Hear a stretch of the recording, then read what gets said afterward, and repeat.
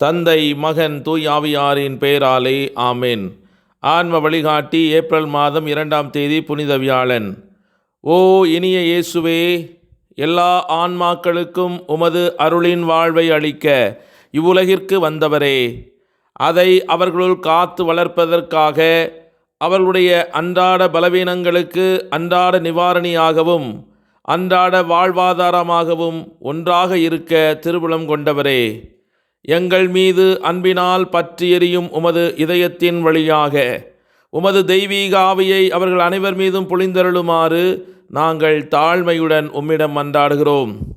அதனால் மரண பாவத்தில் துயருற்றிருப்பவர்கள் உம்மிடம் திரும்பி தாங்கள் இழந்த அருளின் வாழ்வை மீண்டும் பெறவும், உமது கொடையால் ஏற்கனவே இந்த தெய்வீக வாழ்வில் வாழ்பவர்கள் தங்களால் இயன்ற போதெல்லாம் தினமும் உமது புனித பந்திக்கு நெருங்கி வரவும், அங்கிருந்து அன்றாட நற்கருணையின் வழியாக தங்கள் அன்றாட சிறு பாவங்களுக்கான மாற்று மருந்தை பெற்று ஒவ்வொரு நாளும் தங்களுக்குள் அருளின் வாழ்வை வளர்த்து கொள்ளவும், இவ்வாறு மேலும் மேலும் தூய்மையாக்கப்பட்டு இறுதியில் உம்முடன் மகிழ்ச்சியாக இருக்கும் அந்த நித்திய வாழ்வை அடையவும் முடியும்.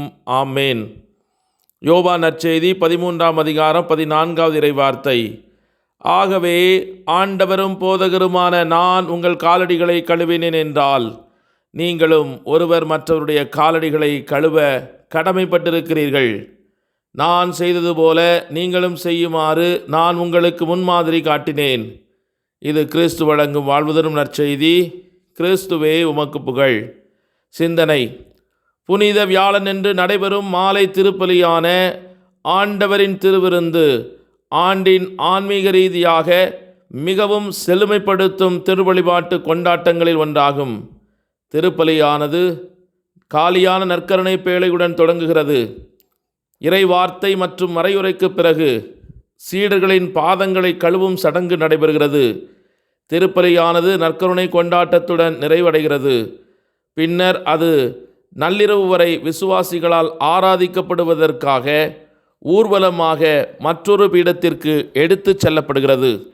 அந்த நேரத்தில் கெத்செமனி தோட்டத்தில் ஆண்டவர் வேதனைப்பட்டு கொண்டிருந்தபோது அவருடன் ஐக்கியமாகி நம் ஆண்டவருடன் 1 மணி நேரத்தை செலவிட நாம் அழைக்கப்படுகிறோம். பெரும்பாலும் மக்கள் பாதங்களை கழுவுதலை மேலோட்டமாக மட்டுமே புரிந்து கொள்கிறார்கள். ஒருவேளை அதனால்தான் இயேசு சீடர்களிடம், நான் உங்களுக்கு செய்ததை நீங்கள் உணர்கிறீர்களா என்று கேட்டார். இது ஒரு கேள்வியை நமக்குள் எழுப்புகிறது.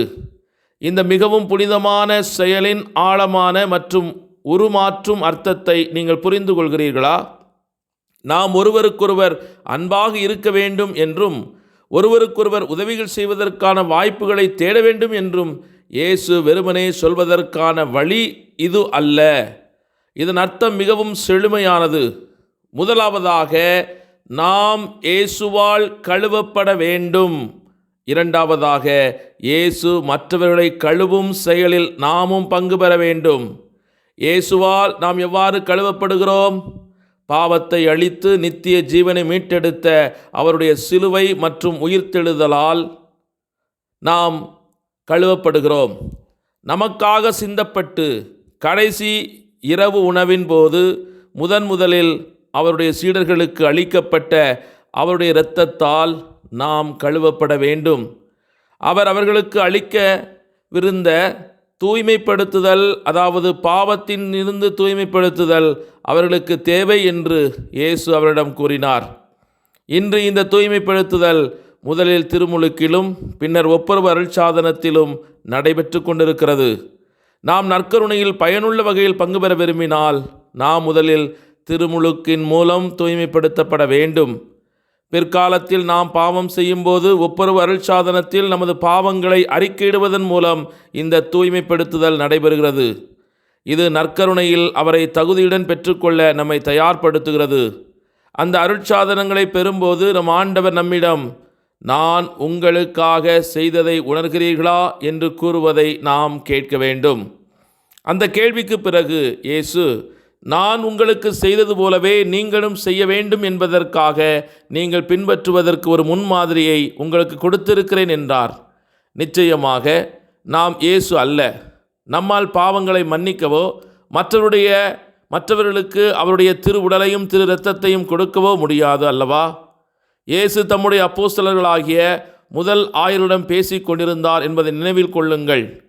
எனவே ஆம், அவர் ஏற்படுத்திய அருட்சாதனங்களை உண்மையுடன் நிறைவேற்றுவதன் மூலம் தம்முடைய தொடர்ச்சியான கொடையை நிலைநிறுத்துமாறு அவர்களுக்கும் அவர்களை பின்தொடர்ந்த அனைத்து ஆயர்களுக்கும் குருக்களுக்கும் இயேசு கட்டளையிட்டு கொண்டிருந்தார். அதுவே மைய கட்டளையாக இருந்தாலும் நம் ஆண்டவர் தம்மை தாமே அர்ப்பணிப்பதில் பங்கு பெறுமாறு நம் அனைவரையும் அழைக்கிறார்.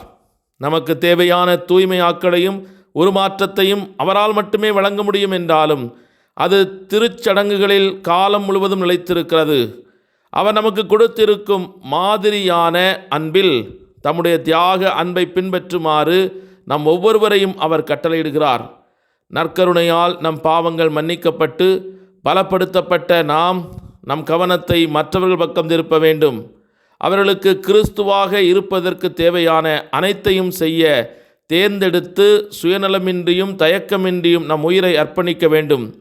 இந்த கட்டளை நாம் விரும்பும் நபர்களுக்கு மட்டுமல்ல, அனைவருக்கும் சமமாகவும் அசைக்க முடியாததாகவும் பொருந்தும். யூதாஸ் விரைவில் தன்னை காட்டிக் கொடுப்பான் என்று தெரிந்திருந்தும் இயேசு யூதாஸின் பாதங்களை கழுவினார் என்பதை கவனியுங்கள். அவ்வாறு செய்வதன் மூலம் நமக்கு தீங்கு செய்வரிடமும் அன்பு விரிவடைகிறது என்பதை இயேசு நமக்கு கற்றுக் கொடுக்கிறார். நிபந்தனைகளோ வரம்புகளோ இன்றி அவர் அன்பு செலுத்தியது போல நாமும் அன்பு செலுத்த அவர் நம்மை அழைக்கிறார். இயேசுவின் இந்த தியாக செயலில் ஈடுபடுவதற்கு அவர் தேர்ந்து கொண்ட குருக்களுக்காகவும் குருத்துவத்திற்காகவும் இன்று நன்றி கூறி நமக்கு கொடையாக கொடுக்கப்பட்டிருக்கிற அனைத்து குருக்களுக்கும் அவருடைய நல்வாழ்வுக்கும் இறைவன் அருள் புரிய வேண்டும் என்று ஒப்புக்கொடுத்து மன்றாடுவோம். எனக்காகவும் எங்கள் சபையின் குருக்கள் அனைவருக்காகவும் சிறப்பாக இறைவனிடத்தில் மன்றாடுங்கள். ஜெபிப்போமாக. எங்கள் அன்பின் பரலோக தந்தையே, நன்றி நிறைந்த உள்ளத்தோடு உம்மை போற்றி துதித்து ஆராதித்து மகிழ்கிறோம். மெல்கிசதேக்கின் முறைப்படி என்னென்னும் குருவே என்று இயேசு கிறிஸ்துவின் குருத்துவத்தில் பங்கேற்க நீர் தேர்ந்து கொண்ட திருத்தந்தை, ஆயர்கள், குருக்கள் இவர்களுக்காக உமக்கு நன்றி கூறுகிறோம். இவர்கள் வழியாக நாங்கள் பெற்றுக்கொள்கிற திரு அருள் சாதனத்தின் வழியாக அருளின் ஆற்றல் எங்களுக்குள் பொழியப்படுவதற்காக நன்றி ஆண்டவரே. உம்முடைய திரு உடலையும் திரு இரத்தத்தையும் நாங்கள் உண்ண அருந்த அதன் மூலம் வாழ்வடைய எங்களுக்கு கொடுத்திருக்கிற இந்த வாய்ப்புகளுக்காக நன்றி. மண்ணகத்தில் வாழுகிற போதே விண்ணகத்தின் ஆற்றலால் எங்களை நிறைவு செய்கிற இந்த திரு அருள் சாதனங்களுக்காக நன்றி கூறுகிறோம். வாழ்வின் மையமாக கிறிஸ்துவின் செயல்படாக இருப்பது நற்கருணையே. இந்த நற்கருணையின் வழியாக நாங்கள் பெற்றுக்கொள்கிற ஆத்தும உள்ள உடல் நலன்களுக்காக நன்றி கூறுகிறோம். இயேசுவே, அன்பு ஆண்டவரே, நற்கருணையில் எழுந்தருளி வந்திருக்கிறவரே, உமது தெய்வீக ஆற்றலால் இன்று எங்களை மூடி மறைத்துக் கொள்வீராக. காயப்பட்ட எங்கள் மனங்களுக்கு ஆறுதலாகவும், நோய்களினால் பாதிக்கப்பட்டிருக்கிற எங்கள் உடலுக்கு விடுதலையாகவும், தீமையின் சக்திகளால் சூழப்பட்டிருக்கிற இந்த ஆன்மாக்களை விடுதலை செய்ய உமது தெய்வீக பிரசன்னம் எங்கள் மத்தியிலே எப்போதும் எழுந்தருள்வதாக. மோசே உம்மிடத்தில் ஜெபம் செய்தது போல ஆண்டவரே, நீர் எங்களோடு வரவில்லை என்றால் இந்த இடத்தை விட்டு செல்ல அனுமதிக்காதீரும் என்று அவர் கதறி அழுததைப் போல இன்று நற்கருணையின் வழியாக உமது பிரசன்னம் எங்களோடு என்றென்றும் வாழ்ந்து வழிநடத்த வேண்டும் என்று நம்பிக்கையுடன் மன்றாடுகிறோம். எங்கள் பிள்ளைகளையும் பேரப்பிள்ளைகளையும், எங்கள் வாழ்வின் தேவைகள், எங்களுடைய பொருளாதார நலன்கள், இன்னும் நாங்கள் வேண்டி நிற்கிற அத்துணை நற்காரியங்களும் உமது தெய்வீக பிரசன்னத்தால் இன்று நிறைவுறச் செய்து நாங்கள் வாழ்வின் தேவைகள் சந்திக்கப்படவும் உம்மை என்றும் எங்களுடைய வாழ்விலால் மகிமைப்படுத்தவும் எங்களுக்கு இறையருள் தருவீராக. ஆமேன். எல்லாம் வல்ல இறைவன் தந்தை, மகன், தூய ஆவியார் அவங்க அனைவரும் நிறைவாக ஆசீர்வதித்து புனிதப்படுத்தி வழிநடத்துவாராக. ஆமேன். இயேசுவுக்கே புகழ், இயேசுவுக்கே நன்றி, மரியே வாழ்க. குருக்களின் தினத்தில் இன்று எங்களுக்காக ஜெபித்த உங்கள் அனைவருக்கும் நன்றியும் பாராட்டுகளும் ஆசீரும். இறையருள் உங்களை தாங்கி வழிநடத்துவதாக. ஆமேன்.